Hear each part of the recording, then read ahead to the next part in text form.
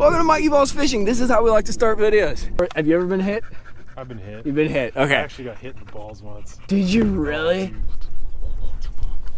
Chatterbait. No. And you've actually thrown it. Like, you can see how it's all like chewed up on the nose.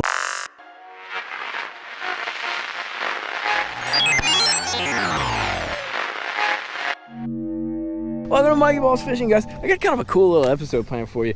I'm all about like people that kind of make their own way. And this actually is one of those kinds of guys. This is Jacob, dude. He's a rookie on the FLW tour. What's up, dude? I guess we can do our little DAP intro, dude.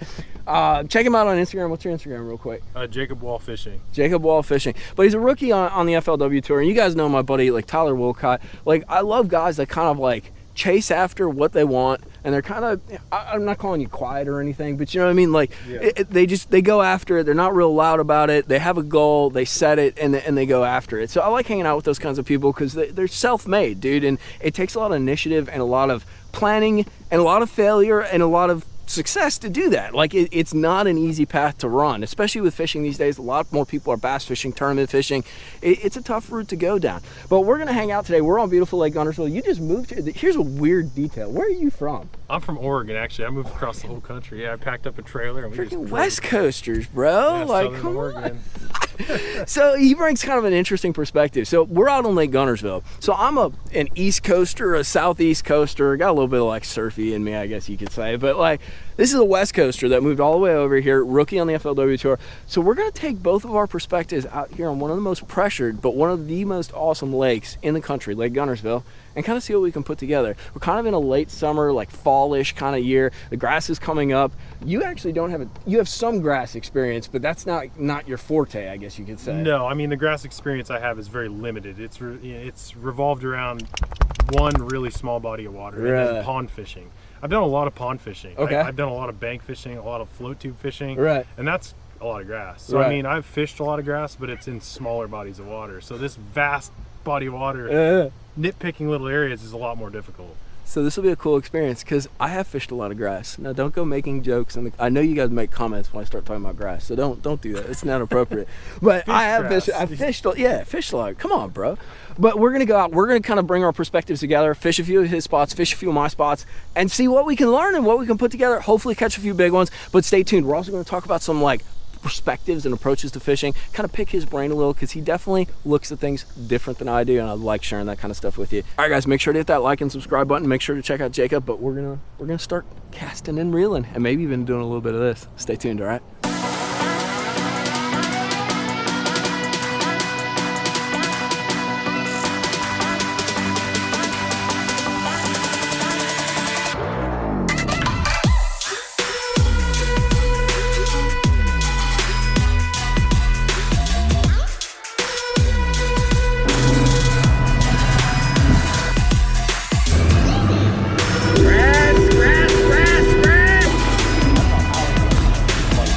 Different things, dude.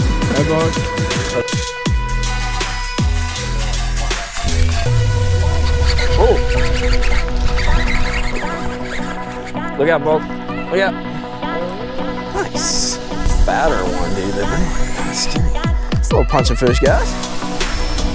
Nice. Oh, yeah.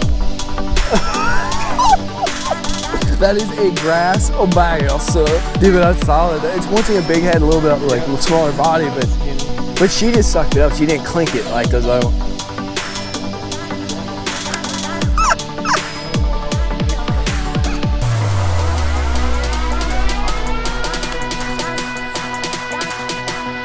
Yeah. There guys in Florida living there like that. What? Oh.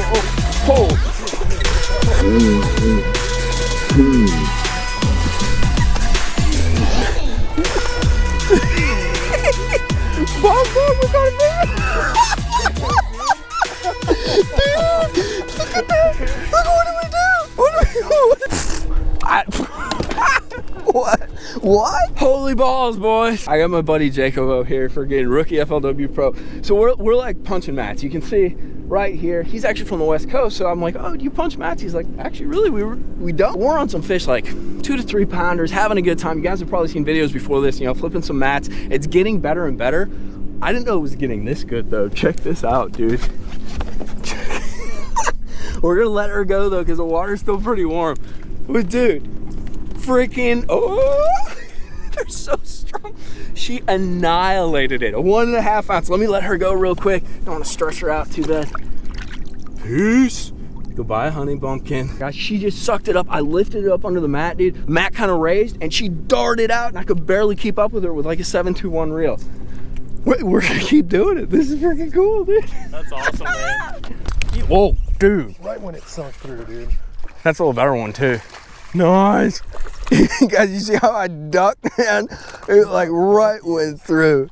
Oh, he cut my finger. You all right? Yeah, he blade cut me. Decent one. Dude, that's a pretty one too. That's the way they're supposed to That look. one's been up under the mat for a while. Uh-huh. Oh. Yep. I think it's a good one. Yeah, I do too. Didn't really set that No, but you did it just right. Nice. Yes, dude. Decent.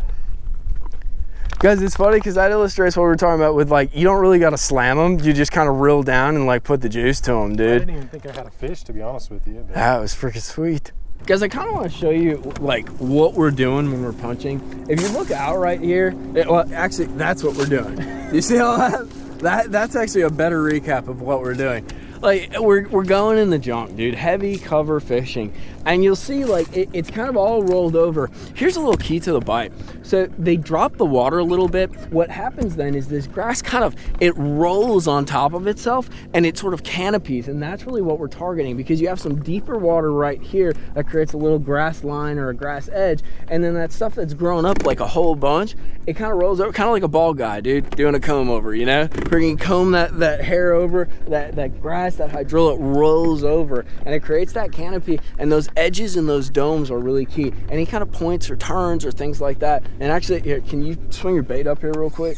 So this is what we're using. Not this particular bait, he's flipping this guy, but it's a 1.5 double bobber stopper and then a creature style bait, whether this is a rage bug. I got like a gambler, what is this, stinger. It's also like this old D&M like punch on bait, like just like a creature, like a brim looking kind of deal. And you see, actually, quick tip from freaking Jacob, what do you got on your tail right there? Oh, I chartreuse the end of that. I don't know if it matters much, but it seems like I've been getting a few more bites on that. Yeah.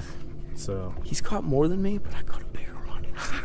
But there is something to it, man, because he definitely, when we freaking like first like got into him, dude, it was like fire, like balls to the wall, and he was definitely getting a lot more bites on the drops. I don't know if it was the tail or if he was targeting something different, but there was something to it.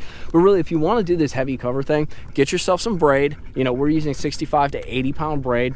Get yourself a big weight. Weight size varies. We're using 1.5s, but we really could go up to a 1 3/4, and in some places even a 2. But it all varies on what kind of cover you're fishing. And I recommend, especially if you're punching through a canopied kind of deal, you want to do like a snell knot. Oh, is yours snelled? I actually like a Palomar. Oh, don't listen. Don't. Okay, we're not talking to Jacob about. You got a straight shank hook, a snell knot on there, and then the big weight. It's a super versatile setup. You can do it in all kinds of different matted vegetation, whether it's hydrilla, milfoil, junk mats that are all on top of each other. But you just go through that roof and you get in the bass house and you catch them. Boy, that bite is fun, I'm telling you. I'm gonna give you a little quick tip too about this whole punching deal. And as Bog, we brought Bog out because it was a little cooler outside, but he's still pretty warm, aren't you, Bog? Make sure you like this video if you enjoy seeing Bog out on the water. You'll see him a lot more because things are gonna start cooling down very quickly.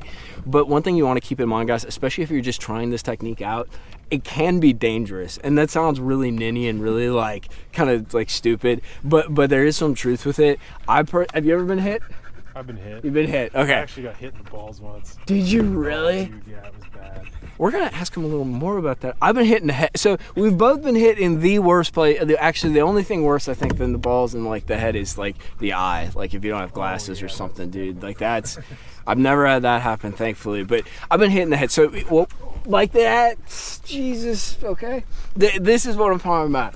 if you're doing this and you have somebody else on the boat with you, or if you have like expensive electronics like this, be a little careful setting the hook. A lot of times these fish they'll swipe at it, or they'll grab it and drop it, because it is a reaction bite like we talked about. It'll go through, they'll grab it and let it go real quick, and you lean back and set the hook, and all of a sudden you have like a freaking 1.5 ounce projectile just bolting at you, dude, and they hurt. Like, I almost got knocked out once when I got hit. So just be a little careful, really feel for the fish and feel for the weight before setting the hook. And another quick tip too, I'll throw in there. Sometimes, and actually more often than not, you really want to like slam them. You like feel this urge to like really just reel, like you get that bite and you're like, "Rah." Dude, you're gonna land more fish if you reel down on them and give them kind of a sweeping overhead hook set. Now, I'll be the first one to admit I don't do that enough. Sometimes I do that, but like I'm guilty of slamming them, enjoying that like that man-to-man freaking heavy cover kind of like combat. It's super fun. But if you want to be consistent, if you're tournament fishing, one of the best hook sets that you can use to make sure that you're landing these fish is to reel down on them and just set back firmly, but like not to freaking just smack them and try to rip their mouths out. You'll land a lot more fish and you'll get them out more, but be safe when you're flipping these big weights. So we shared our stories of getting hit by tungsten. Hey guys, down in the comments box, I want to see, have you ever been hit by a tungsten and where did you get hit? Tell me your horror stories. I know they're bad, but always looking back, it's always funnier than when it like first happened. So tell me, drop them down in the comments box. We got to get back to fishing. Oh, Get him? yeah, dude, he freaking hammered it. Yeah.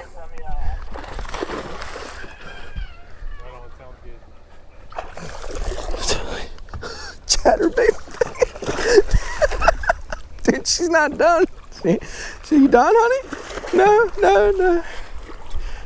I mean, stopped it, boy. Like, fuck, get. Nice chatterbait fish. Guys, it's kind of a cool little deal, too. Hello, my homies. Look what we got here. Dude, freaking solid. And this is thanks to Jacob. We're kind of like trading off spots, dude, which is freaking awesome. It's good to kind of work with somebody and like kind of break their stuff down. They break your stuff down and you learn some stuff in the process. Let's get her released though real quick. Peace. Good deal, man. That's a solid fish.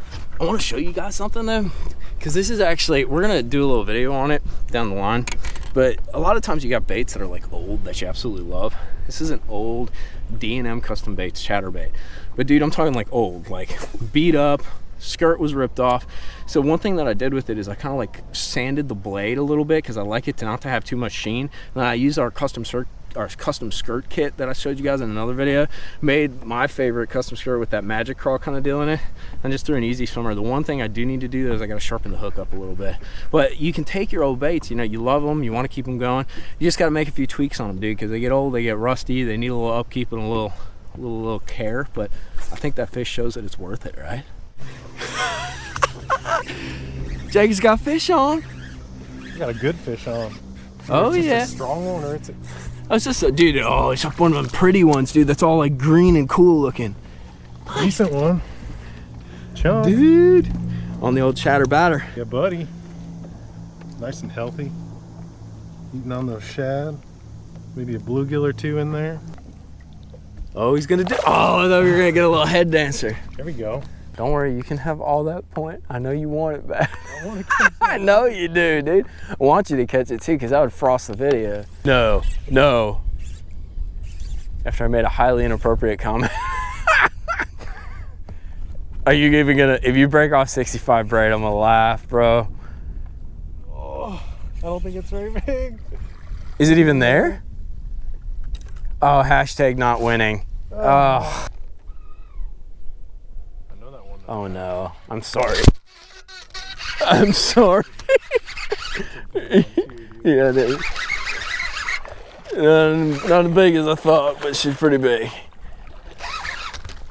Look up, Oak. So, I'm so sorry. Guys, wait till I tell you the story of this pescado right here.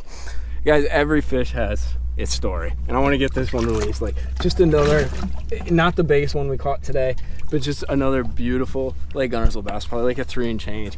Let me get her released. So before I depress freaking Jacob too much, I gotta tell him, Jacob, it's been fun fishing with you. I had a good time, man. Give me some daps. Make sure to check him out on Instagram. So we're gonna go out with a fish story. See this point right here? So it's a main river point. I had fished a easy swimmer over it, kind of like a frog, and I had a fish lift up the mat, dude. Looked pretty big. And we're like, whoa. So Jacob's like, dude, I'm gonna punch in there. And this was about 2 hours ago, 3 hours ago. So I'm like, dude, get after it, you know, that'd be sweet. So he pitches in there, and he's just kind of sitting there, and this stuff is super thick, and he didn't think he was through, dude. And he lifted, and like, it dropped to the bottom then after, and he's like, dude, the fish was on there the whole freaking time. And I'm like, I'm so sorry. I got no words to express my grief, sorrow, and apathy, empathy, and sympathy for you. So we came back and we're like, dude, we'll come back in 2 hours when we're wrapping up the day. So we come back here, we're wrapping up the day.